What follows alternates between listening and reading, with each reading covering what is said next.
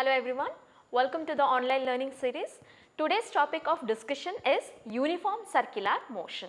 Let us consider a particle which I am going to name it as P is making a movement in a circular path. So, this is the particle P and I am going to consider this as the center of the circle O. The particle P moves in a circular path and let me say that the axis of rotation is perpendicular to this plane of the board. So, this is the plane of the board and the axis of rotation will be perpendicular to the plane of the board. Now, if this is the axis of rotation, this is what the direction of the movement of the particle is. And I am going to consider the particle is moving in a anti-clockwise direction. And let me say that the distance from O to P is nothing but R. R is the position vector. From the center of the circle to this point P is nothing but the position vector R, which is also called as radius vector. Now, this was the position of the particle at certain time T. After some time, the particle is going to take up a position which I am going to name it as P dash. Now, the distance from O to P dash, let me name it as R dash. Time at P dash could be taken as T plus delta T. Initially, the particle was at point P. Now, the particle has changed its position from P to P dash after some time delta T. And the angle traced by this particle is nothing but delta theta. I am going to consider the angle traced by the particle as delta theta. This distance from P to P dash is nothing but delta R, that is the displacement vector. So, you can see R and R dash are the position vector, delta R is the displacement vector, delta theta is the angle traced by the radius vector at the center of this circular path in a given time, which is nothing but the angular displacement. This is the angular displacement, which is denoted by the letter theta.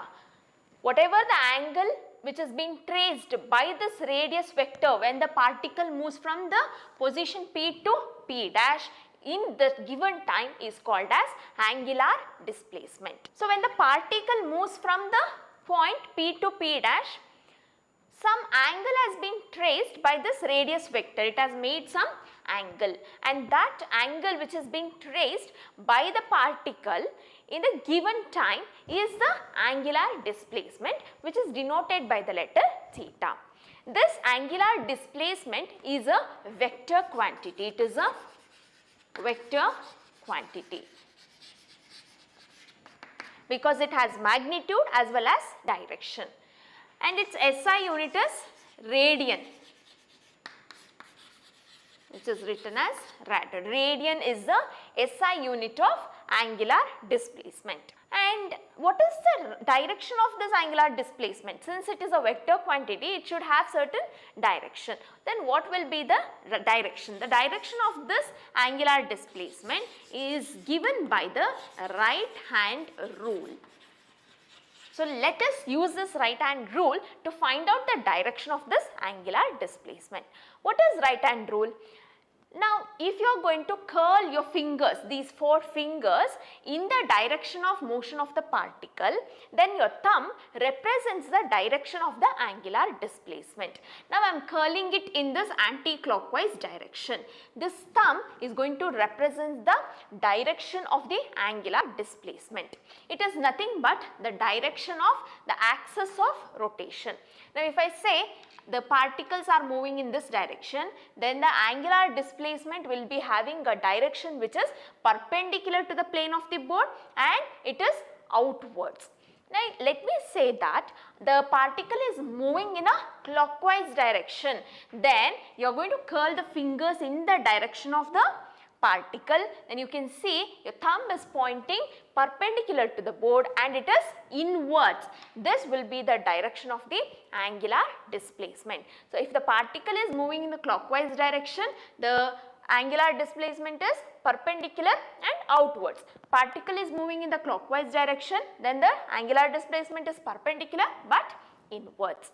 So, this is the direction of angular displacement which we are going to find out using the right hand rule.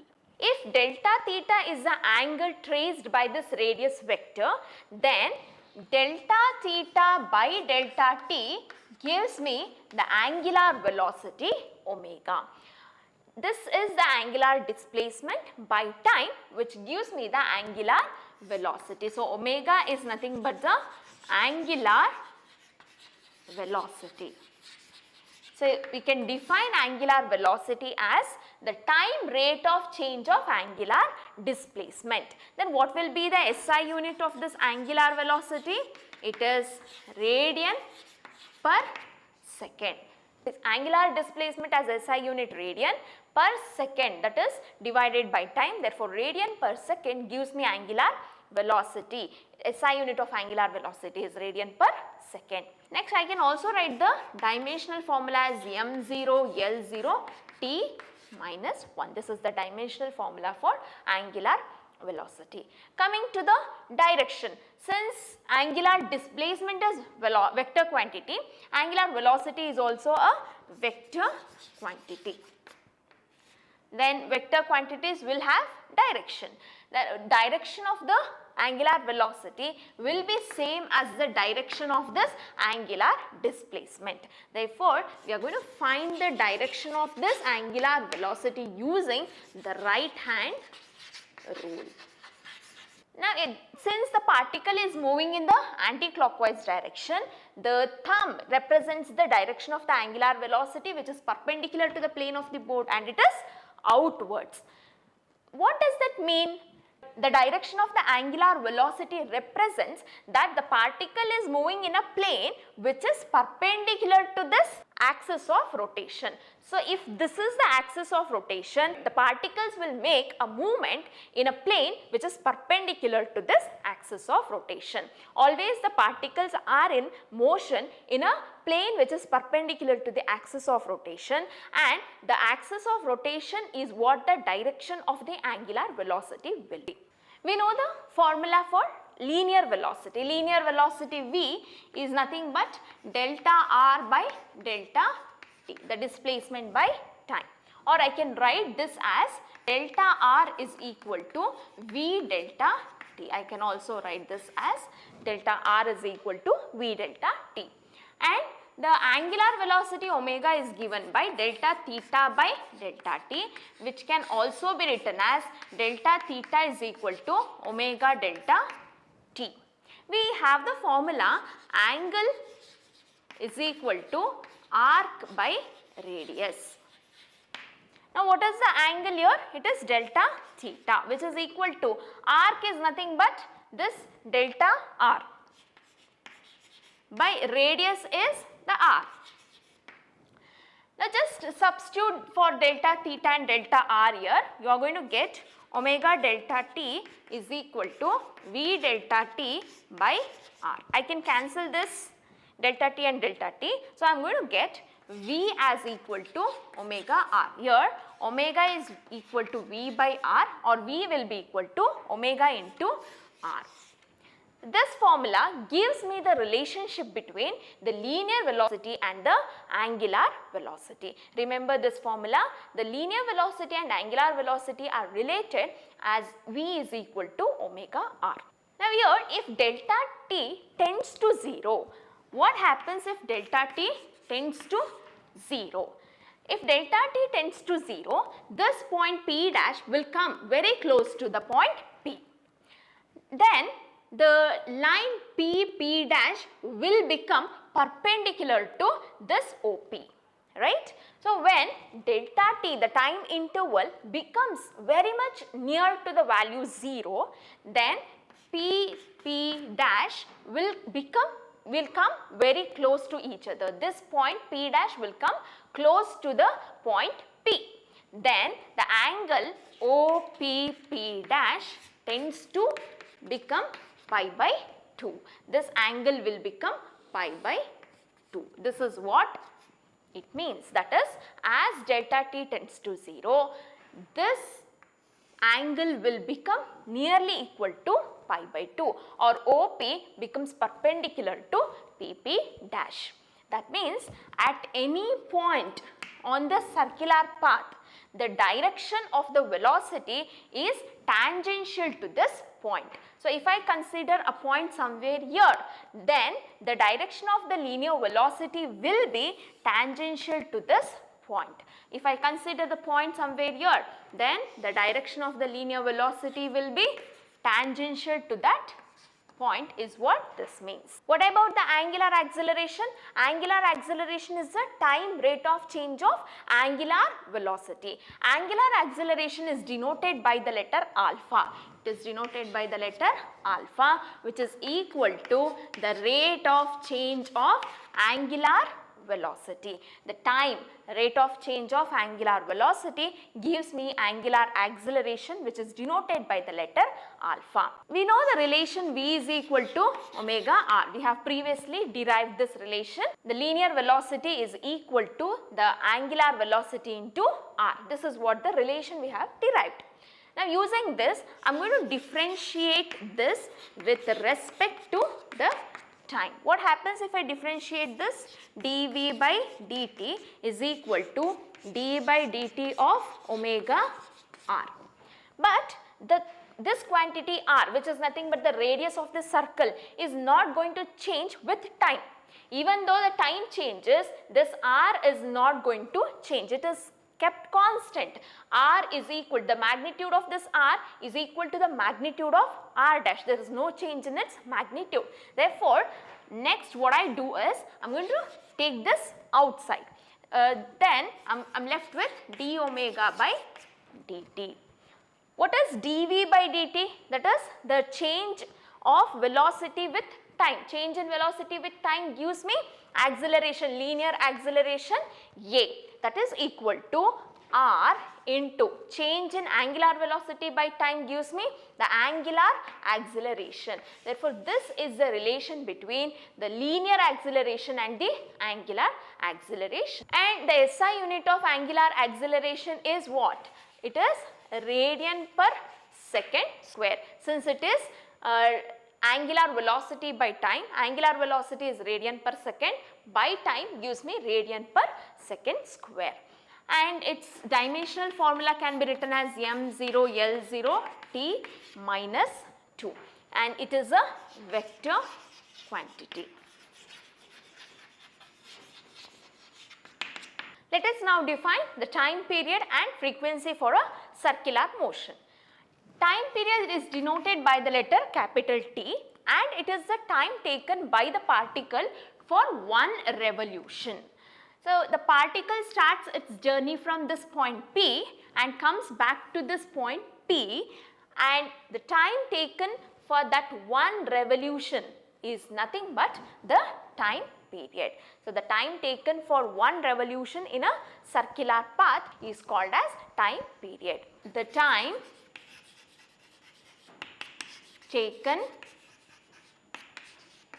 by the object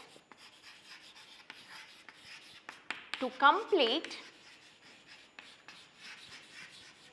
one revolution in the circular path is nothing but time period, denoted by the letter capital T, and its SI unit is second, and it is S, abbreviated as S. Coming to frequency. What is frequency? Frequency is the number of revolution the object can make in 1 second. So, if I set the clock to 1 second and I am going to make the particle to move in the circular path, the particle may make 10 revolutions in 1 second, or 20 revolutions, or 100, 1000. So, that number of revolutions the particle is going to make in just 1 second is called as frequency. It is denoted by the letter nu. This is pronounced as nu. The number of revolutions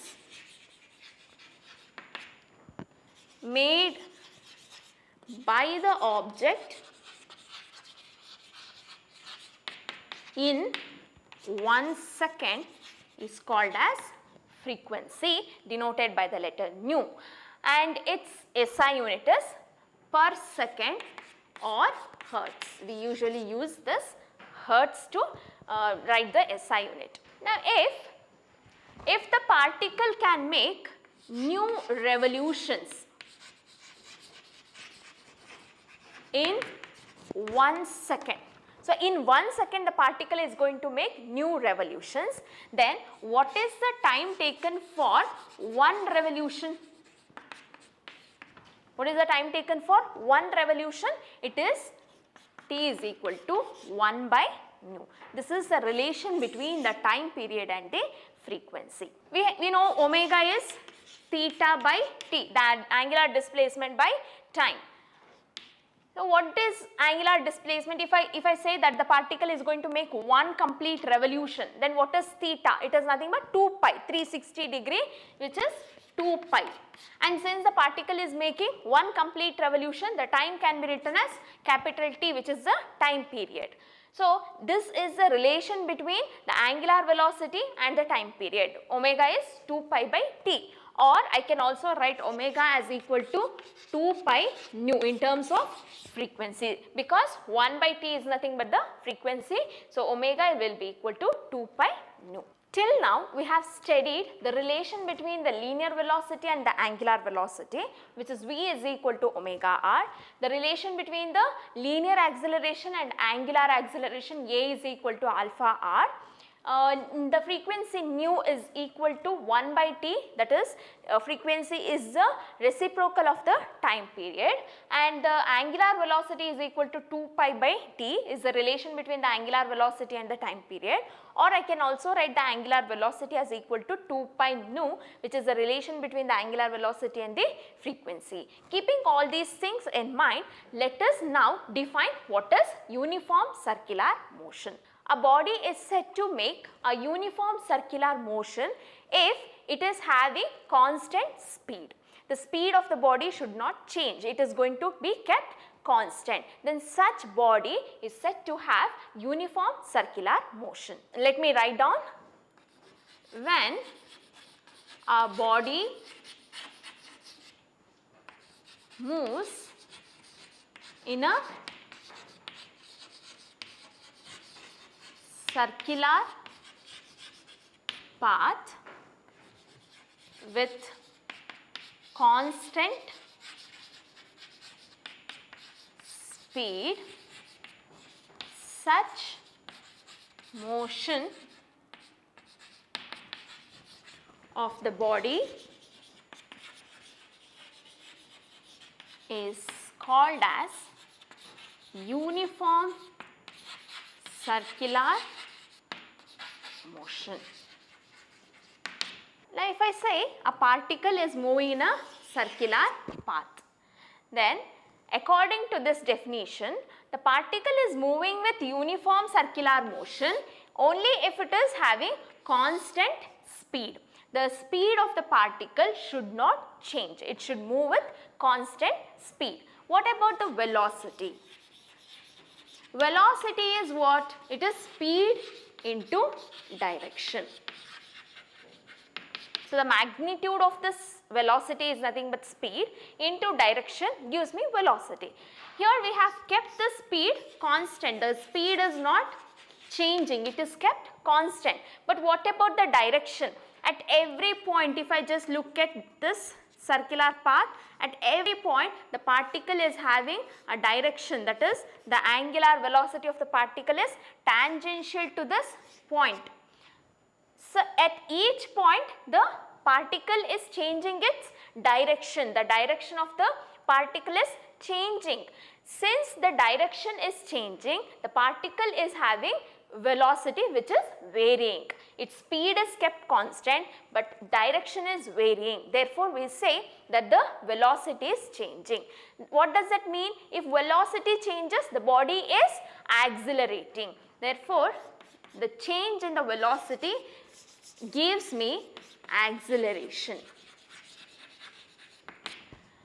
and this uniform circular motion is also called as accelerated motion. Even though its speed is constant, since the direction of the particle is changing continuously, we are going to say that the body is accelerating, and therefore this motion is a accelerated motion.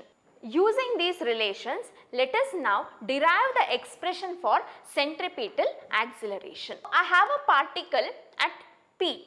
Let me say that the particle or the object was at point P initially at time t. After some time t plus delta t, the particle has changed its position from P to P dash.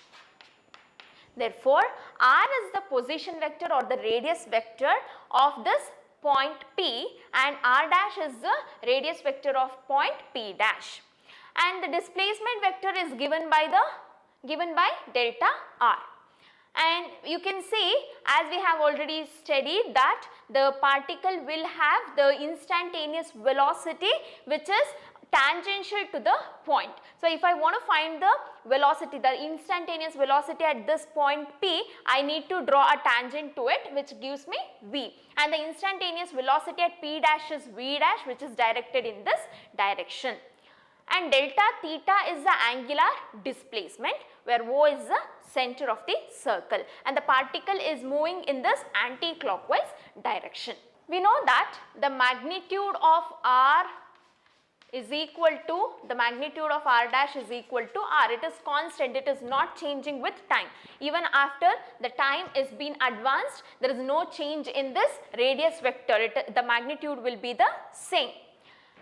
And we know that the angular velocity is given by the formula omega is equal to delta theta by delta t. This is the formula for angular speed. Since velocity is a vector and vectors can be moved anywhere, I am going to draw a parallel line here for this v. I am going to draw a line which is parallel to this v of same magnitude. So, you can see these two will be having same magnitude because the speed of the particle is constant. We are studying about the uniform circular motion where the speed will be kept constant, therefore, their magnitude will be the same.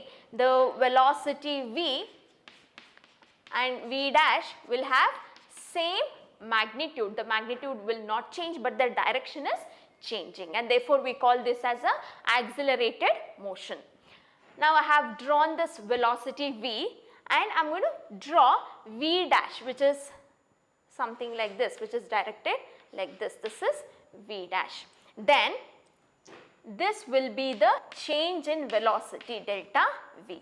So if this is v and this is v dash, this will be delta v, which is directed towards the center of this circle. Now you can see r dash and v dash are perpendicular to each other. They are making angle 90 degree. Similarly, r and v are perpendicular to each other. Then the angle between the r and r dash is delta theta. Can I say the angle between v and v dash is also delta theta? Yes, because v dash and r dash are perpendicular, v and r are perpendicular, and the angle between r and r dash is delta theta, then the angle between v and v dash will become delta theta. Let me name this triangle. I am going to name this triangle as ABC. Now in this triangle I can write vector AB plus BC is equal to AC.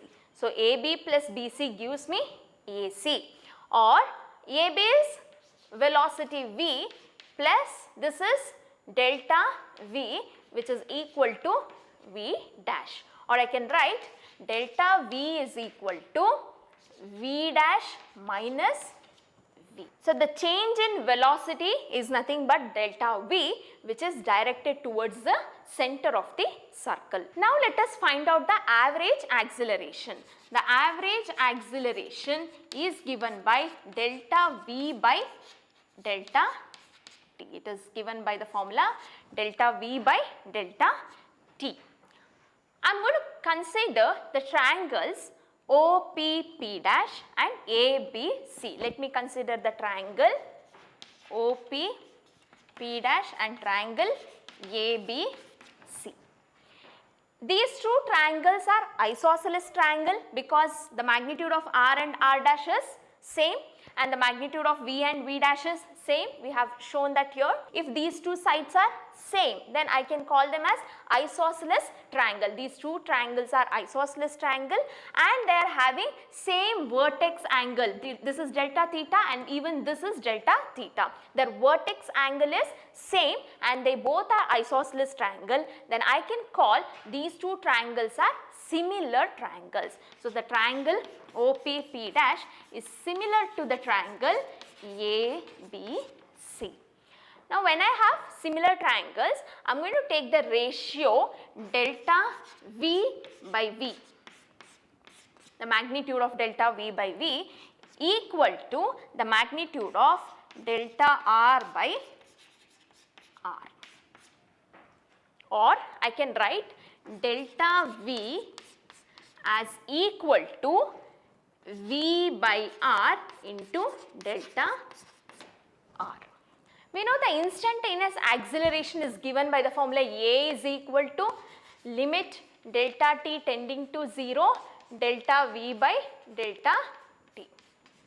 This is the instantaneous acceleration. Let us substitute this delta V to this formula. What do I get? Limit delta t tending to 0, delta V is equal to V by R into delta R. V by R into delta R by delta t. I am going to remove this V by R, that is I am going to bring it outside the limit, then I will get limit delta t tending to 0 delta R by delta t. What is limit delta R by delta t as delta t tends to 0? That is nothing but the instantaneous velocity. Therefore, this is acceleration is equal to V by R into the instantaneous velocity V. So, acceleration A is equal to V square by R. And what about the direction of this acceleration? Since the change in velocity is directed towards the center of the circle, the acceleration will also be directed towards the center of the circle, and therefore we call this acceleration as centripetal acceleration. Centripetal acceleration is the acceleration which is directed towards the center of the circle or center seeking acceleration, which is denoted by the letter AC. So I can write AC as equal to V square by R, and this is one way of writing the acceleration, centripetal acceleration. So this is how I am going to represent the centripetal acceleration in terms of linear velocity. But we know the relation linear velocity is R into omega. So if I substitute that, V is equal to R omega, therefore AC will be equal to R square omega square by R. 1 R in the square gets cancelled, then I am left with the relation AC is equal to R omega square. Or as I know the formula of omega as equal to 2 pi nu, I can also write AC as equal to R into omega square gives me 4 pi square nu square, or AC is equal to 4 pi square nu square into R.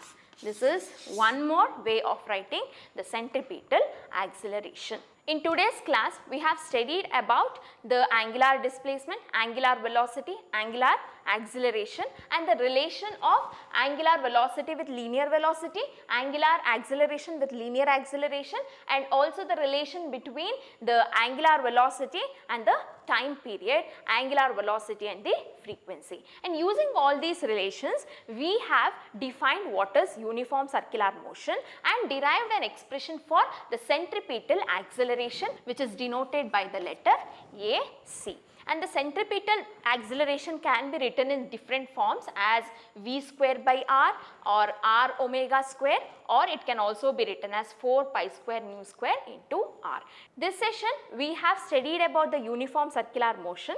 This completes this chapter, motion in a plane. Thank you.